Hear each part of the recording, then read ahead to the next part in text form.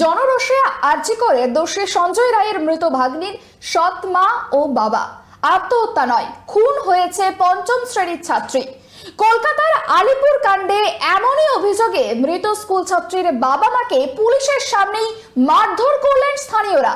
স্থানীয়দের পাশাপাশি খুনের অভিযোগ করেছেন মৃতার ঠাকুমাও। আত্মহত্যা নয়, খুন করা হয়েছে পঞ্চম শ্রেণীর ছাত্রীকে। কিশোরীর রহস্য মৃত্যু ঘিরে চড়ছে উত্তেজনার পারদ। বাবা ও সৎ মায়ের বিরুদ্ধে ক্ষোভ উগরে দিয়েছে প্রতিবেশীরা। দফায় দফায় চলেছে বিক্ষোভ। শিশুর রহস্য মৃত্যুর দায় সৎ মা ও বাবার দিকেই ঠেলেছে এলাকাবাসী। চলেছে মারধর। পুলিশ ওই কিশোরীর বাবা মাকে আটক করতে এলে তাদের সামনেই গণপিটুনি দেয় বিক্ষুব্ধ জনতা। ঘটনাটি ঘটে আলিপুর থানার অন্তর্গত বিদ্যাসাগর কলোনিতে। রবিবার রাতে সেখানে অচৈতন্য অবস্থায় উদ্ধার হয় এক নাবালিকার দেহ। নিজের ঘরেই আলমারির মধ্যে গলায় ফাঁস লাগা অবস্থায় পাওয়া যায় তাকে। ঘরের দরজা খুলে মেয়ের দেহ উদ্ধার করেন খোদ সৎ মা। এরপরই তড়িঘড়ি কিশোরীকে এসএসকেএম হাসপাতালে নিয়ে যায় পরিবার, কিন্তু দিন পেরোতেই সোমবার তাকে মৃত বলে ঘোষণা করেন চিকিৎসকরা। স্বাভাবিকভাবেই নাবালিকার রহস্য মৃত্যু ঘিরে তৈরি হচ্ছে একাধিক প্রশ্ন উঠছে বাবা মায়ের ভূমিকা নিয়েও। সৎ মা ও বাবা মেয়েটিকে অত্যাচার করে মেরে ফেলেছেন বলে দাবি মৃতার ঠাকুমা থেকে শুরু করে স্থানীয় বাসিন্দাদের।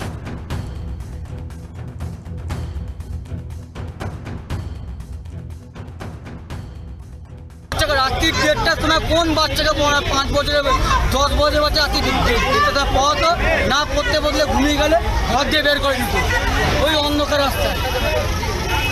টর্চার করে মেরেছে। পুলিশ তো নিয়ে চলে গেল। পুলিশ কি করবে?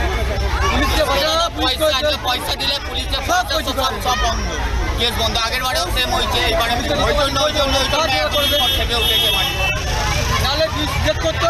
এত পাড়ার লোক, এই পাড়ার লোক, ওই পাড়ার লোক সবাইকে খেতে আসতো না। আজকে নিশ্চয়ই তারা বুঝেছে বলে আজকে আমার পাড়ার লোক কেন আজকে আমার এই পাড়ার লোক, এই যে দাদা সব ওই পাড়ার লোক, ওরা কি জানতো? ওরা যে একটা ছোট বাচ্চা ছিল, ওরা জানতো যে এই জিনিসটা হয়। মঙ্গলবার কিশোরীর মৃত্যুর খবর প্রকাশ্যে আসতেই ওই সৎ মা ও তার বাবার বিরুদ্ধেই ক্ষোভ প্রকাশ করেছে এলাকাবাসী।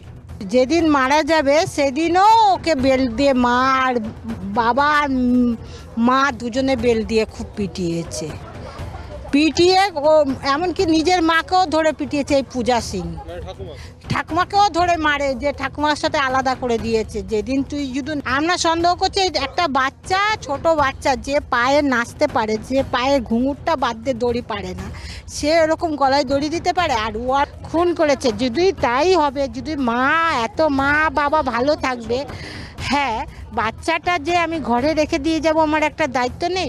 রাস্তায় ফাংশন দেখছে দাঁড়িয়ে। উল্লেখ্য, এই নিহত কিশোরী আর্জি করে ধর্ষণ খুনের ঘটনায় সাজাপ্রাপ্ত আসামি সঞ্জয় রায়ের বড় দিদির মেয়ে। স্থানীয় সূত্রে জানা গিয়েছে, সঞ্জয় রায়ের বড় দিদির মৃত্যুর পর তার মেয়ের দেখাশোনা করতেন খোদ সঞ্জয়ের ছোট দিদি। পরবর্তীতে নিজের জামাইবাবুর সঙ্গে বিয়ে করেন তিনি। হয়ে যান এই নিহত নাবালিকার সৎ মা। নিহতের ঠাকুমা জানিয়েছেন, কিশোরীর আসল মাও গলায় দড়ি দিয়ে আত্মঘাতী হয়েছিলেন। এবার একইভাবে মৃত্যু মেয়েরও। Bureau report, KTV Bangla, Kolkata.